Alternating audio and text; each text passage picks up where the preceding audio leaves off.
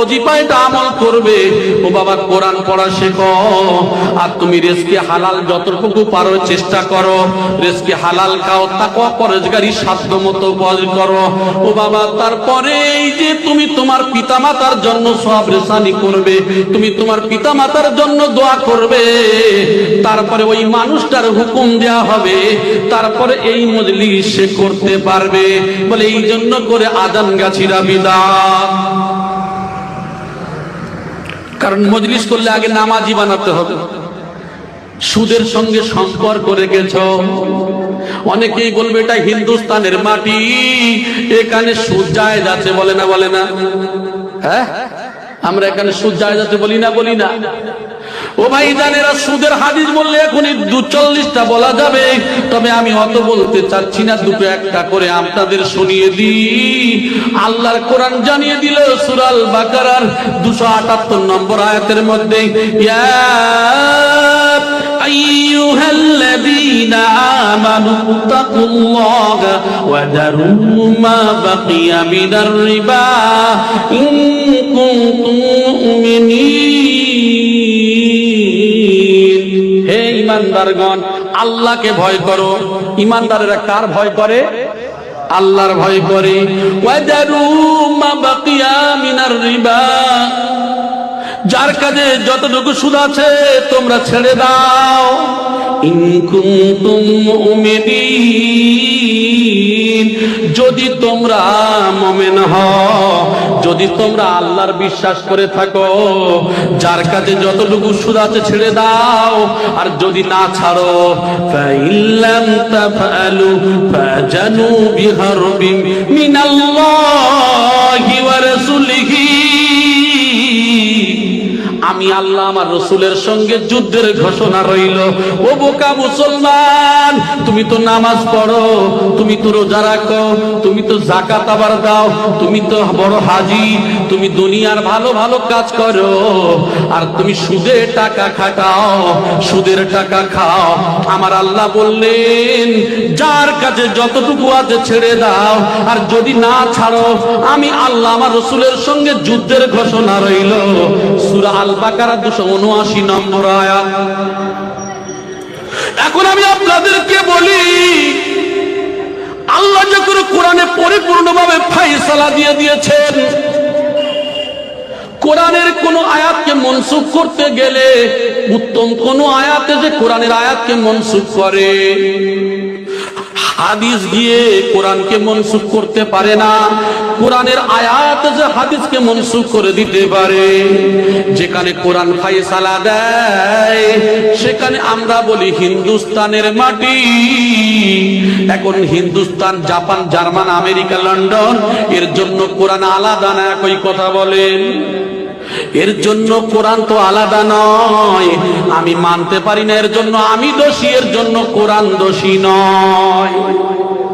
তাই তো বলা হলো, আপনি তো দিলেন কোরআনের দলিল, এইবারে হাদিস থেকে একটা দেন। ওয়ান জাবির রাদিয়াল্লাহু তাআলা আনহু ক্বালা লা'আনা রাসূলুল্লাহ সাল্লাল্লাহু আলাইহি ওয়াসাল্লাম আকিলার রিবা মুকিলাহু ওয়া কাতিবাহু ওয়া শাহিদাইহি ওয়া ক্বালা হুম সাওয়াবুন। চার ব্যক্তির উপর লানত করেছে কে? আল্লাহর রাসূল। চার ব্যক্তি লানত করেছেন, যে সুদ খেলো, যে দিল, যে লিখলো, যে সাক্ষ্য থাকলো, এরা হলো সমান সমান গুনাহগার। এই জন্য করে ওই মাওলানা ওই মুফতি বলছেন যে বাবা খবরদার, তোমরা সুদকে পরহেজ করবে, সুদ থেকে বাঁচার তোমরা চেষ্টা করবে। অনেকেই বলবেন কি করে হতে পারে, বর্তমানে যাই করতে যাবেন সেখানে তো সুদ রয়েছে। আপনি যদি অ্যাকাউন্ট করতে যান, অ্যাকাউন্ট তো ঘরে ঘরে। আল্লাহর নবীও জানিয়ে দিয়েছেন, আখেরি জামানায় এমন একটা সময় আসবে যেদিন মানুষ সুদ খাবে না, ধুলা হয়ে গায়ে উড়ে যাবে। তারপরেও মানুষগুলি চেষ্টা করবে। জোরে বলেন সুবহানাল্লাহ। আমার ভাইজানেরা, তার মধ্যে একটু লক্ষ্য করে দেখি, এখন যে কোনো কাজ করতে গেলে যদি কারেন্ট খোলার ক্ষমতা থাকে কারেন্ট খুলবেন, যদি ক্ষমতা না থাকে এমন সমস্যার মধ্যে পড়েছেন কারেন্ট দিতে চাই না, এখন সেভিংস খুলেছেন, তাহলে কিছু অ্যাকাউন্ট আছে যেখানে সুদ হয়, ওই সুদের যে ইন্টারেস্টের কিছু টাকা যে আসে, 2 টাকা 5 টাকা 10 টাকা করতে করতে যাই টাকা আসুক না কেন, আপনি জীবনে কি একবারে হিসাব করে দেখেছেন? 20 বছর তো বই রয়েছে, হিসাব করে কি কোনোদিন দেখেছেন এই টাকাটা সুদ হয়েছে? এই টাকা তো নিয়ে নিশ্চয়ই যে কাজ সেই কাজে ব্যয় করতে হবে। মুফতি আজম গাজী রহমাতুল্লাহ আলাইহি তিনি এটাকে কিয়াস করে কি করলেন, তিনি চিন্তা ভাবনা করে বললেন যে বাবা, এই যে সুদের টাকাটা নিয়ে আমি যদি কোনো মাদ্রাসায় দিই, না ওই মাদ্রাসায় দিলে আমার 97.5 টাকা রয়েছে, তার মধ্যে আমি হালাল টাকাটা মাদ্রাসায় দেব। 2.5 টাকা মনে করুন যদি সুদের টাকা হয়, বা 5 টাকা যদি সুদের টাকা হয়, তাহলে 95 টাকা 5 টাকা আমি মাদ্রাসা আল্লাহর রাস্তায় দিই না। যদি কোনো গরিবের মেয়ের বিবাহ হয় নাই, সেখানে আমার হালাল টাকাটা 5 টাকা দিই। তিনি বিবেচনা করে চিন্তা ভাবনা করে আল্লাহর রাস্তায় জীবন কুরবানি দিয়ে তিনি কি করলেন, ওই 5 টাকা হোক আর 2.5 টাকা হোক সুদের টাকাটা নিয়ে বলল, বাবা গোশত কিনে কাক চিল কুত্তা যারা হালালও খায় হারামও খায় তাদের মধ্যে তোমরা খাইয়ে দিও। জোরে বলেন সুবহানাল্লাহ। ও আমার ভাইজানেরা,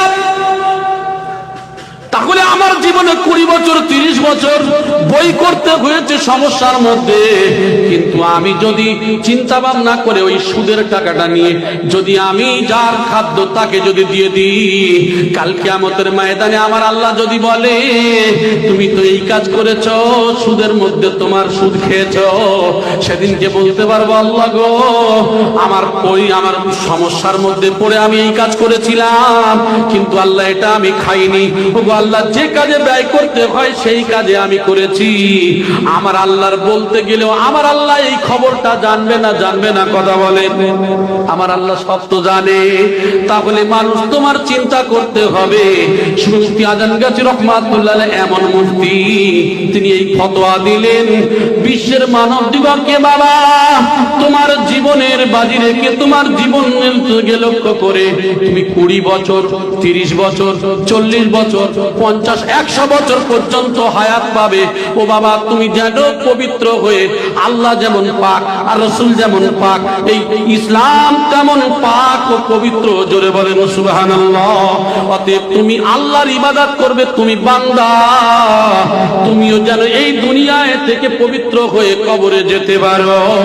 এই জন্য করে মুফতি সাহেব ফতোয়া দিল, বাবা তুমি কি করবে, এই সুদের টাকাটা গোশত কিনে কাকচিল কুত্তাকে তুমি খাইয়ে দিও।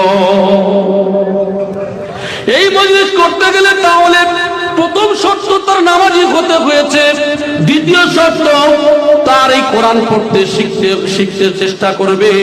আর কোরআনের যে ছোট্ট ওজিফা আমাদের মাওলানা সাহেব বলে গেলেন, বাবা এই ছোট্ট ওজিফা একবার সূরা ফাতিহা, 3 বার সূরা ইখলাস, ফালাক আর নাস আর দরুদ শরীফ। অনেকেই বলেন এরা আমপাড়ার মৌলী সাহেব। জি, আজান গাজী রহমাতুল্লাহ বলে আমপাড়ার মৌলী সাহেব কেন? বলে এই যে শুধু যা করবে খালি আলহামদুলিল্লাহ কুলু ফালাক নাস। ওরে বোকা মুসলমান, হাদিসকে নিয়ে তুচ্ছ মনে করা, হাদিসকে নিয়ে ঠাট্টা গীবত করা, এর থেকে বোকামি আর কি আছে? তার ঈমান চলে যেতে পারে। আমার ভাইজানেরা কান খুলে খেয়াল করে শুনুন। আমার ভাইজানেরা, আল্লাহ রাসূলের কাছে বিচার নিয়ে গেছে, ইয়া রাসূলুল্লাহ, ইয়া হাবিবাল্লাহ, হুজুর আপনার মুখ সাহাবী সে যখন নামাজ পড়ায় সব সময়ের জন্য সূরা ইখলাস পাঠ করে, কুল আল্লাহ সূরা পাঠ করে। আল্লাহর নবী বলে, হ্যাঁ। ও সাহাবী তুমি কি সূরা ইখলাস পাঠ করে? বলে, জি হ্যাঁ। এই সূরা ইখলাসের মধ্যে আমার এমন মহব্বত, এমন ভালোবাসা, আমি সূরা ইখলাস পড়তে আমার খুবই মজা লাগে গো রাসূল। আল্লাহর নবী বলে, ওরে আমার সাহাবী, সূরা ইখলাসকে তুমি যেমন মহব্বত করো, ওই সূরা ইখলাসের কারণে আমার আল্লাহ তোমার জান্নাত দেবে। মহাপ্রভুদের হযরত আয়েশাকে বলা হয়েছিল, আয়েশা রে তুমি এক খতম কালামুল্লাহ শরীফ পড়ে শোবে। আয়েশা রাদিয়াল্লাহু তাআলা আনহা চুপচাপ বসে রয়েছেন। এমন সময় আল্লাহর নবী মসজিদে নববী থেকে ফিরে আসার পরে বলছেন, আয়েশা তুমি বিছানায় ঘুমাও না কেন? ইয়া রাসূলুল্লাহ, আপনি তো বলেছেন এক খতম কালামুল্লাহ শরীফ পড়ে শুতে। আমি কি করব? এক খতম কালামুল্লাহ শরীফ পড়তে পড়তে রাত পার হয়ে যাবে। আল্লাহর নবী বললেন, আয়েশা তুমি কি জানো না গো, একবার সূরা ইখলাস পড়লে 10 পারা সওয়াব পাওয়া যায়। আয়েশা তুমি যদি 3 বার পড়ে দিতে এক খতম কালামুল্লাহ শরীফ তোমার পড়া হয়ে যেত। ওই হাদিসটাকে নিয়ে সুফি আজান গাছি রহমাতুল্লাহ আলাইহি তুলে দিয়েছেন ওজিফার মধ্যে। তার আগে সূরা ফাতিহা দিয়েছেন। সূরা ফাতিহা কি? আচ্ছা বলেন তো দেখি, কোরআনের মধ্যে যত সূরা আছে 114টি, এই 114টি সূরার মধ্যে কোরআনের মা কোন সূরা কথা বলেন?